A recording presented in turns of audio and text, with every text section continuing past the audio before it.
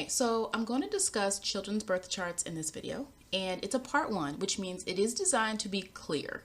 It is designed for it to be very, useful to anyone who has children or wants to look at their chart and their parents' chart or whatever the case may be.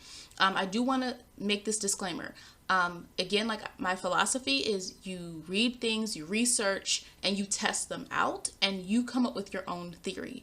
So all throughout time, there were things that people once didn't know or didn't accept until somebody came along and said, hey, here's what I've done. So I'm not saying I'm doing anything revolutionary right now, but I'm simply saying I do something in a way different than someone else, I'm using what has worked for me. I have 2 children, and I've been studying their charts since they were born, and also just looking at my chart and looking at my experience growing up and my relationship with my parents and just different things that have happened, going over clients' charts, seeing how they have parented, all those different things. So this is what I'm basing my work on, my research, my experience, and what works for me. There are different astrologers, there are different people out there, so there might be something that works differently for you, but this is what I've found has worked. And again, I'm all about evolving, so in a year from now, I might have another video where I add on to this. So I do want to be very clear in that I'm all about growth, but I also am about what works, okay? And about what I feel makes the most sense. So, things to note about children's charts. I would say, and again, I say this as someone who is a parent and also a teacher, when you know a child's sign and moon sign and all these different things, be careful with assigning traits to children. Now, obviously with my own children, what's interesting is they both know that I'm an astrologer. They both know. My daughter even has like a kid's astrology book. The interesting thing is my son is actually a little bit more interested in planets. Like he's interested in the science of planets. So that's really interesting.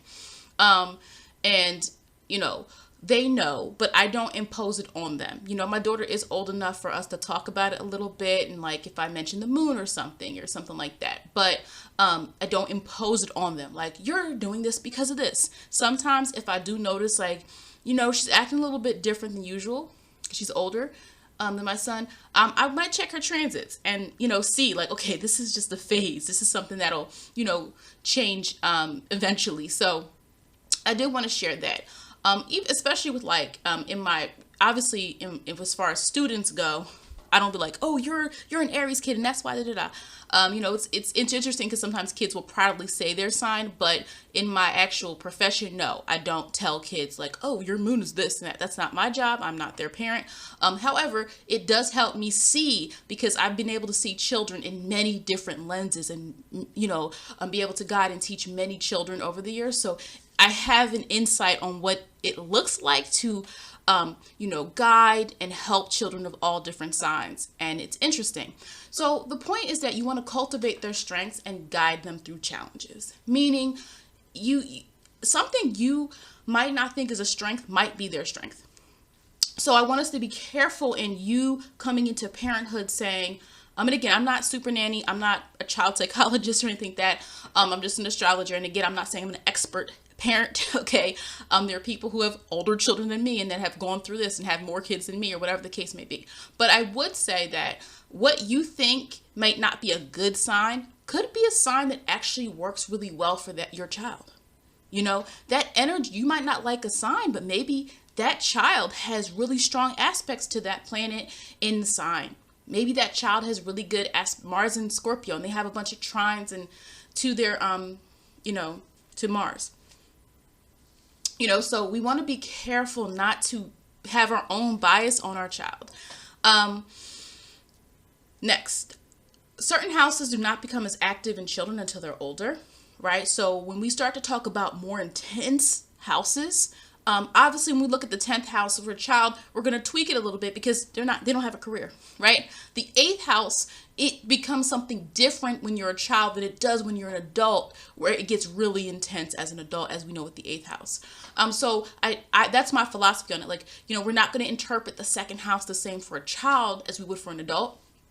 In certain houses, my theory is that certain houses are associated with parents' situation. Especially the 2nd and the 8th house can be indicative of the parent's financial situation as the child was growing up. I would also say the age of 3 is significant.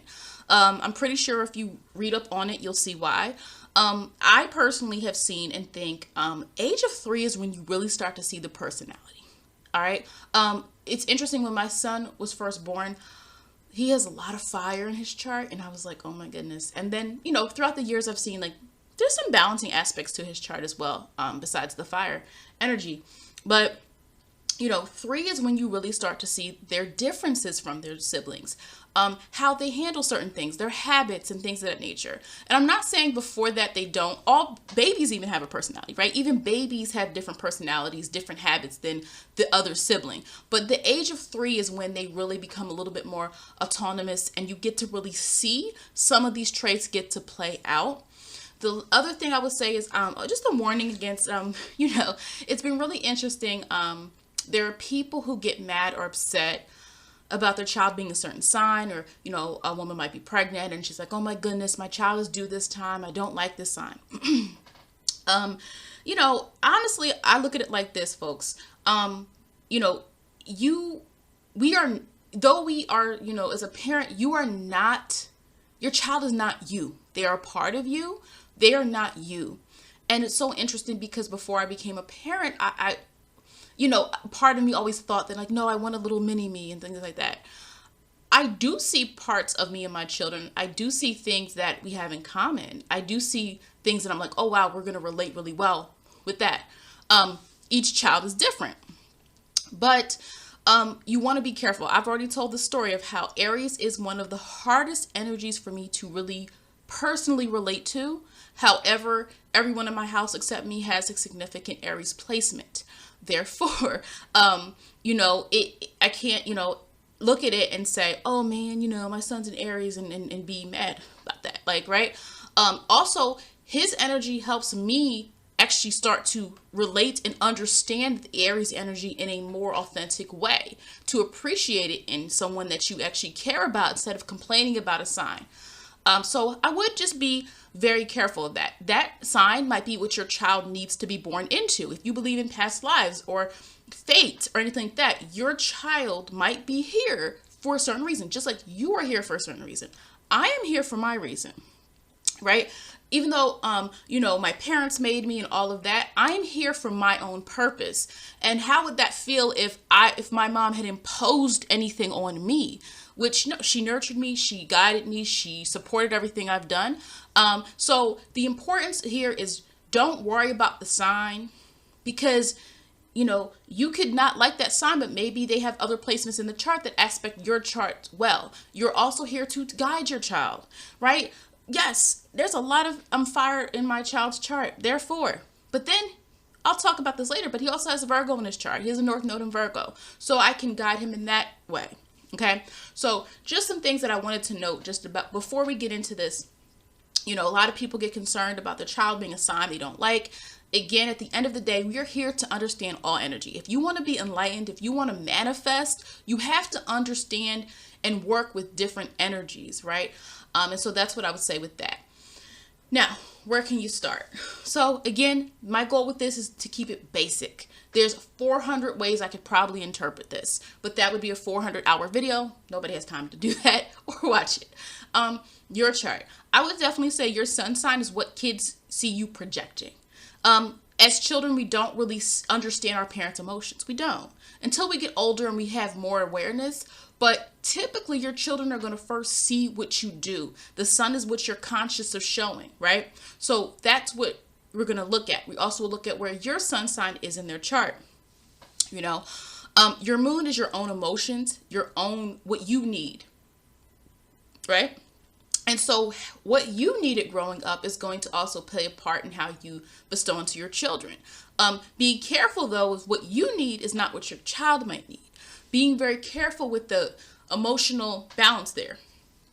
Venus, now again, what I'm talking about right now is the planets through parenthood. Obviously, we know Venus can be all these other things, but right now I'm focused on this specific topic, okay? In relation to how do these planets work with parenthood. Venus, what you value, what you give to them. What type of parent are you? Venus in Cancer, very domestic, wants to cook for their children, wants to make sure they have everything they need, very affectionate. My Venus in Cancer, in my opinion, didn't really come into bloom until I became a parent, to be honest with you. Yes, my Venus in Cancer 11th house did really, yeah, in friendship, I could see that played out. Friendship and group membership and all of that.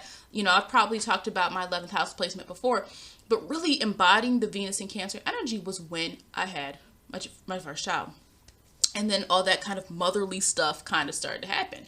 Before that, I didn't even know I wanted kids, right? So, but then, I was, once I had children, I was at a point in my life where I was ready. We were ready, and it, worked out. But Saturn is your discipline style, right? So, what type of disciplinarian are you? What are you, the type of parent that lets the kid get away with everything? Are you just more traditional? Are you more someone that likes to show like, hey, you're going to learn your lesson? Saturn can give you indicators of that. Someone with Saturn in the third house, they're going to want the kid to really understand the ramifications and reality of what they just did. That's an example. Ceres, I just did a video on asteroid Ceres, how you nurture, how you support. That is a part of what we can look at when we talk about, you and your child. Mars, your temperament. Okay. Do you get angry? Do you know how to calm down? What kind of, person are you when it comes to conflict? That could, yes, lead into how you parent. So just being aware of those things. Of course, we could start with the 5th house and the 4th house. Here's what I do want to be very clear on. This is not a fertility video. Maybe in the future I'll do one about that, like transits and timing and pregnancy, if anyone, is interested in that. But this is just a chart basic video. You can look at your 5th house. Your 5th house is going to tell a lot. One, if there are planets in there, it can tell you if you're likely to have kids, especially certain planets such as Jupiter, Venus, the sun even. Sometimes you can even predict perhaps the gender of the child based on the 5th house. You can also look at the cusp. What's on the cusp of that 5th house is also going to give you an indicator as well. The 4th house, I say, because your 4th house is your emotions. It's also how you were raised, how you were nurtured. That is going to play a part in how you nurture your own children. Their chart, their sun sign shows what they project, what the child sees as important, right? Because, they're not, and again, a child is not all the way developed yet. So you're not going to always see a consistency in the energy and what they show, right? The ascendant is their default image, but remember the ascendant is not this. You always got to remember your child's comfort level though, because the ascendant is not all they are, who they are. Sometimes your child might show their ascendant sign really well, but remember that's not what they're conscious of wanting to show. So understanding the way in which you might even view your child versus who they really are is important. The moon, what they need to feel really safe. When my daughter was younger, Taurus moon, she didn't like change, or she didn't like when she expected something and it didn't happen. And it'd be like, well, yeah, I told you we were going here, but we can't. We have a change, and so she's really good with knowing and remembering what you told her was going to happen, and she does respond to that. If something doesn't happen and we promised it, she's not like a, okay. And she actually is pretty laid back. She's a Libra for the most part. She's kind of laid back, but sometimes, especially when she was younger, it was difficult because that moon in Taurus needs that kind of routine. They need to know what predictable things. They need to know what to expect. It gives them a sense of safety and knowing what's going to happen next. And emotionally, it can disrupt them. So that was something that I found interesting. Venus, how they openly show love. I have both of my children are fire sign Venuses, so they're very, affectionate and open with that. Mars, their temperament, how they handle anger. Kids get angry. And so through their Mars sign, you can see what they do, how they respond, what type of energy. Is it a water Mars where they are more internalized? Is it a fire one where they are more, it's more clear? Is it an earth one where there's more of a equilibrium, steadiness there, a practicality about how to handle their anger or how to just channel it into doing something productive? They might be the kid that does chores or does something around the house when they get mad. Mars in earth sign, and air would be if they get angry, words. It's a war of the words in some way. So another example could be, look at where your sun sign is in your child's chart to see your potential influence. Example. So again, I'm not going to put my children's charts up here and think that, just privacy. I don't really reveal a lot of my personal stuff. I'll tell some stuff here and there, but just definitely big on privacy, as many of you are who I've done readings for as well. So you understand what I'm talking about. So, but what I will say is, like, for instance, child number 1, she has Aries in the first house. Her father's in Aries. She has Virgo in the 6th house. I'm the Virgo. So the difference is in the way which he's going to have more of that influence of, doing in action. And yes, he is more of the let's do this, let's do that type of parent, in terms of that Mars energy as an Aries. In general, he's an Aries. As the Virgo, yes, I'm more of the routine, the functionality of, are we organized? Do you have what you need? Hey, you need to make sure you do this. You need to make sure you do that type, my other child, Aries, is in the 7th house. So maybe there's a friendship type of aspect with him and his father as he gets older, right? There's a partnership. There's a understanding of each other on that level, right? They may get along. Virgo, he has Virgo in the 12th house. Jupiter is in detriment in the sign of Virgo. However, Jupiter functions very well in the 12th house because, remember, Jupiter is the original ruler of the 12th house, not Neptune. So there's a relationship with Jupiter, and I'm the Virgo. He also has his North Node in Virgo. So he also has 6th house placements, right? So my goal, I'm going to probably have more of a spiritual and a life improvement type of impact on him, right? Already I sense it, and I do feel like he's a very adventurous little Aries, very typical in a way, but he's also more interested in my spiritual stuff than my daughter actually is, right? So she's very creative and she's into computers and things like that, but he will come into my room, touch my crystals, look at my cards, things like that. Again, he's really into the planets, but he's into the science of it. Like, he likes the idea of planets. But I just noticed he's a little bit more into the things that I do. And my daughter knows what they are and she's cool with it, but a little bit different. You could do the same thing with your moon. Find where your moon sign shows up in your child's chart. For example, my moon is in Sagittarius, okay? Which ends up in one of my children's 3rd houses and the other in the 9th house. I do have placements in the 3rd and 9th house. Again, I'm an educator, so education is important to me. Since I was a child, I think education is important. Now, I want my children to do what they are best at, and I want to cultivate whatever they're best at and help them with the plan that they can actually do as they get older. However, not everybody has to go to college if they don't want to, but I do want to make sure if they want to go, I have provided them with the ability to do so. Either way, what I want to say is, like, this means I will likely end up nurturing them through information and knowledge. Okay. I will likely support their educational aspirations. I already do that, obviously, but there's going to be more of a focus there. My moon, I'm able to nurture them and care for them in that way, or they feel that I provide them with that. Your sun sign is not what you provide. It's what you show. Your moon is what you can provide or kind of offer to your children as a way of showing them, like, I'm here for you. And, again, also, one of the charts shows the 9th house. One is more likely to move away in the future, probably for, career or job or whatever. But just looking at the chart and the child, one of my children is more likely to potentially, that 9th house energy, move away in the future. So that's just something that's interesting there. Different ways you can interpret that. Houses for kids. All right. So you will see some overlaps between this and the adult one. However, we do not want to, again, put very adult-like expectations on a child based on their chart. So we don't want to, say, oh, they have this in their chart. Oh my goodness, it's the end of the world. No, let your child grow, raise them, do what you know is best, and then see where it lies, right? You don't have to look at their chart and say, oh my goodness, this is horrible. She's the spawn of Satan. He's the spawn of Satan. Oh my gosh. Like, don't do that. See how your child's energy manifests, because they might be able to handle something better than you thought they would. Okay.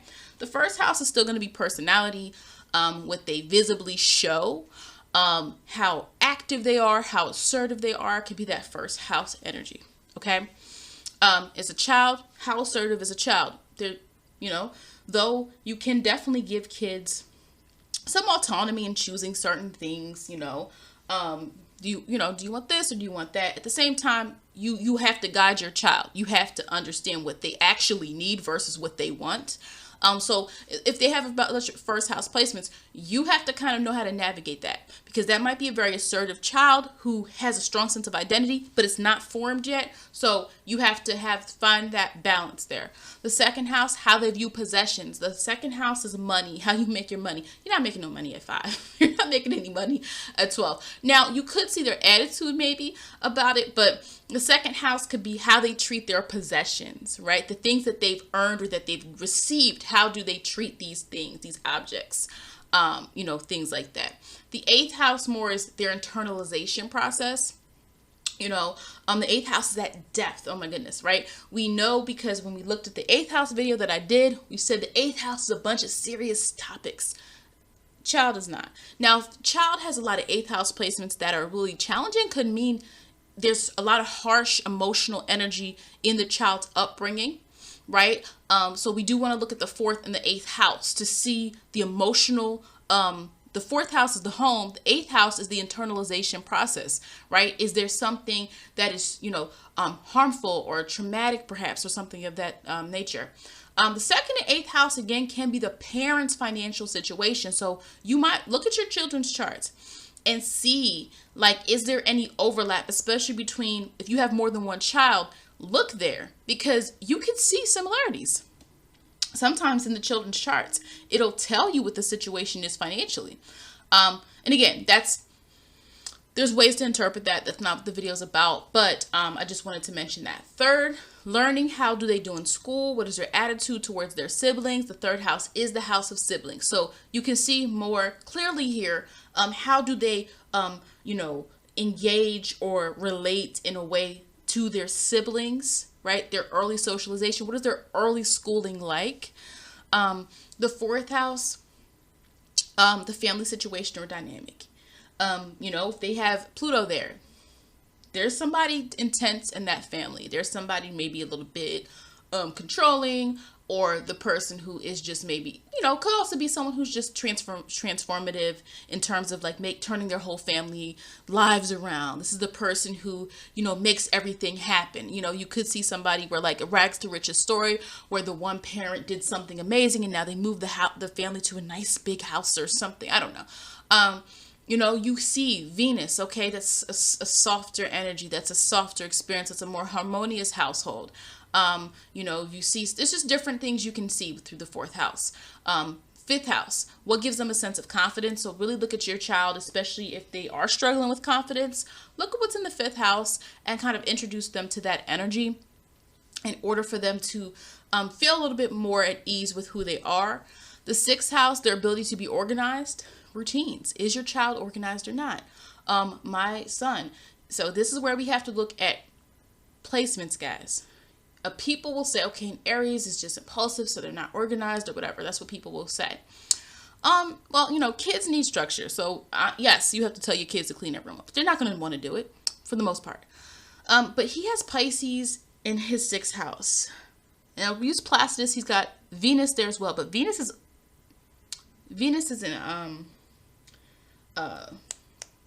Venus is in Aries, but most of the house is Pisces, using Placidus. He's really helpful without me even asking, right? So my daughter's 6th house is more of that very cerebral, mental, logical type of energy, right? That's what her 6th house does, okay?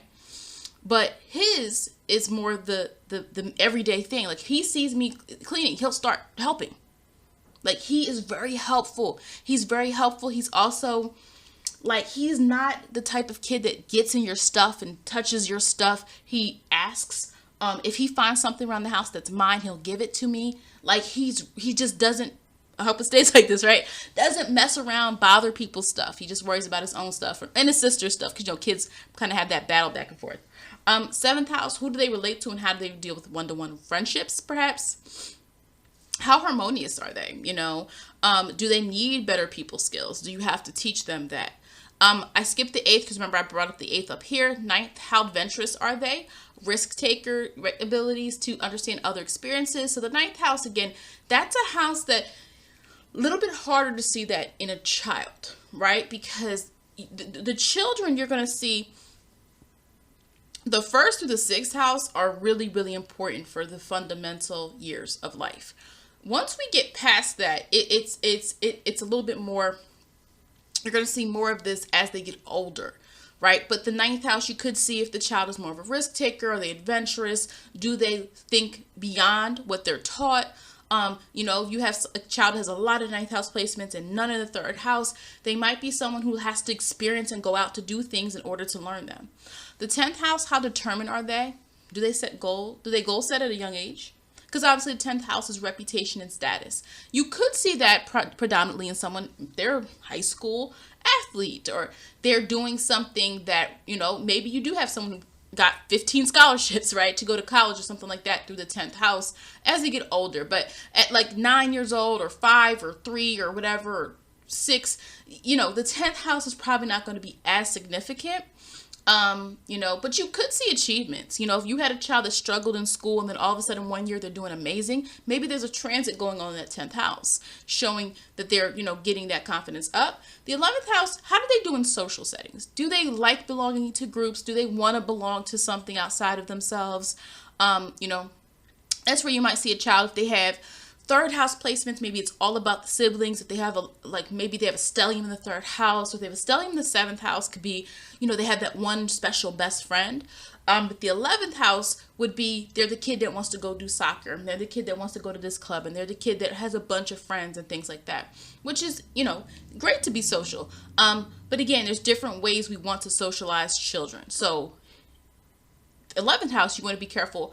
Are they falling too much into a crowd, especially at certain ages where kids are more susceptible to peer pressure and things like that? So with the 11th house, you would want to just watch what's in there. If someone has Neptune or something like that, Neptune and Pisces, okay, they could inspire the whole group.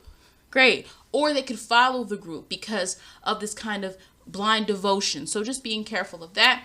The 12th house, we already know, we talk about it in a very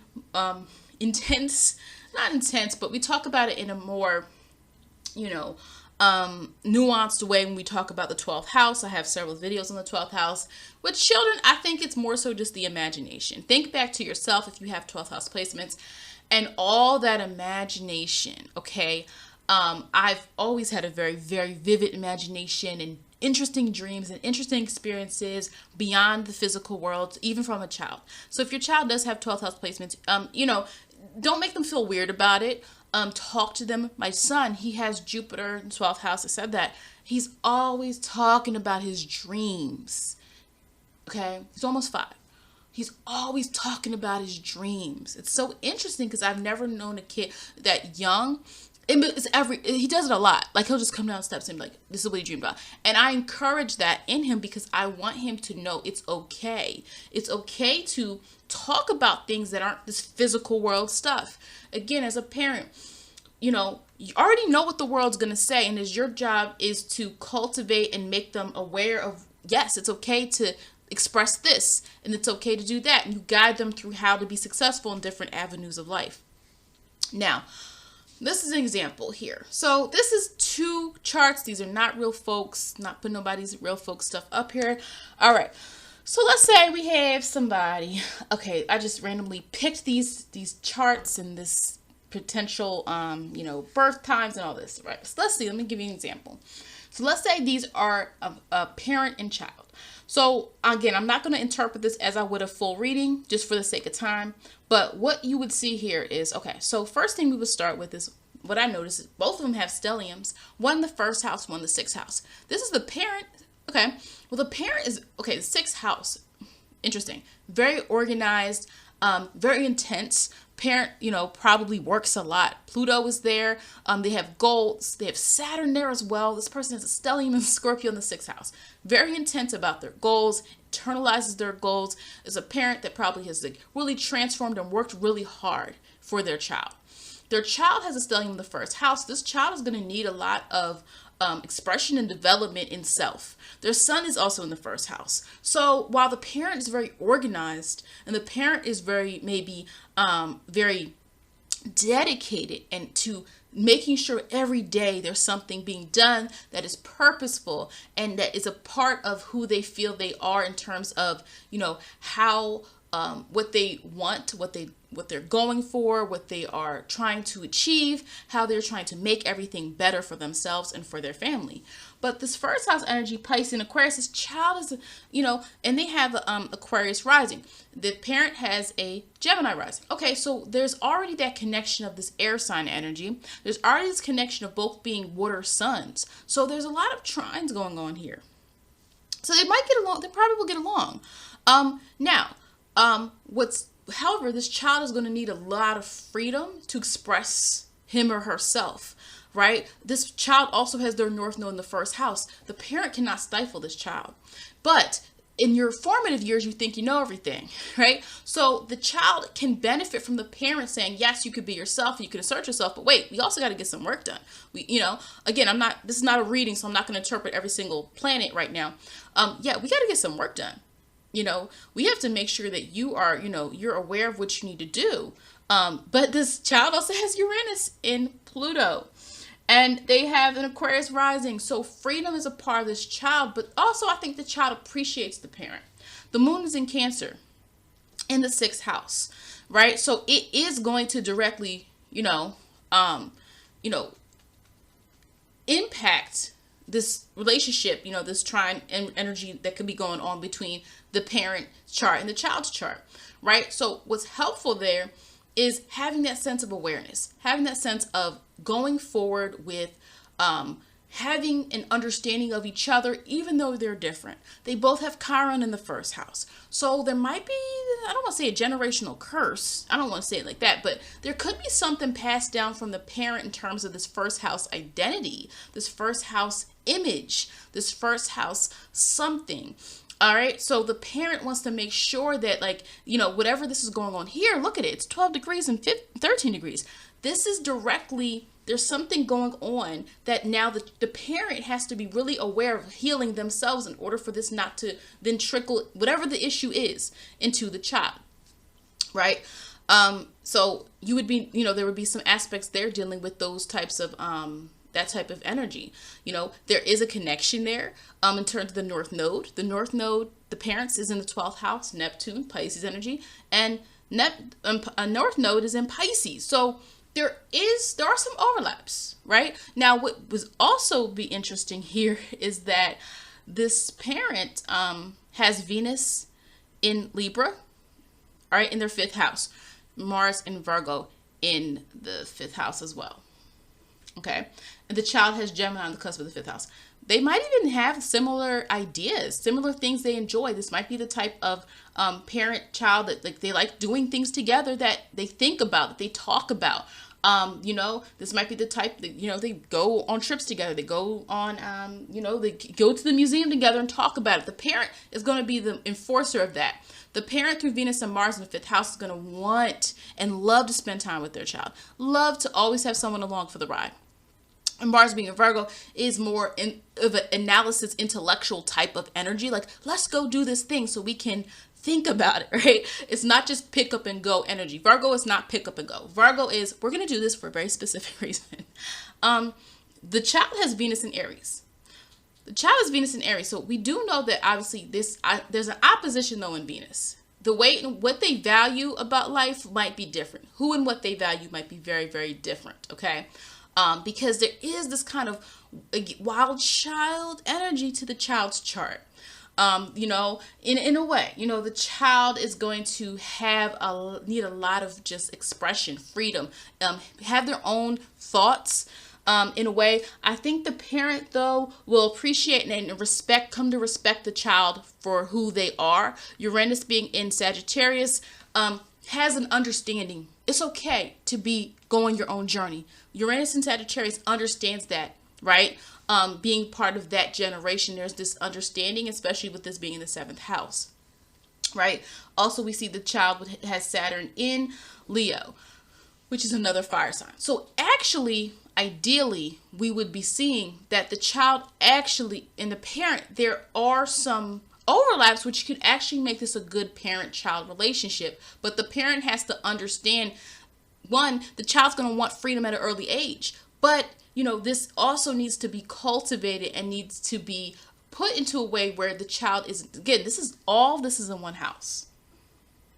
There's a lot in that house. Now, you do see the little asteroid there, but there's a lot going on in their first house. And the first house is a seen house. So it's going to affect the child. Then the child has Aquarius as their rising.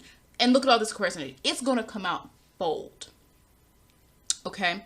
And the moons, if you see here, okay, we have, these are Aries and Cancer. So that's a square, right? So even then, it's almost like the parent might have a vision for what the child needs to do or what they want the child to be in society.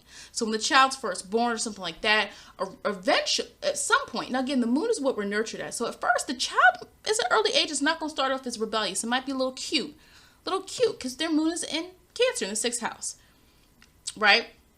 But this parent has the moon in Aries. So the parent might even look at the child.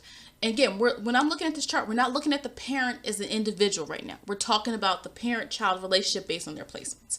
The parent might want something for their child. They might kind of, because the parent's already going to have an experience of knowing what other people need and want through that moon in Aries in the 11th house.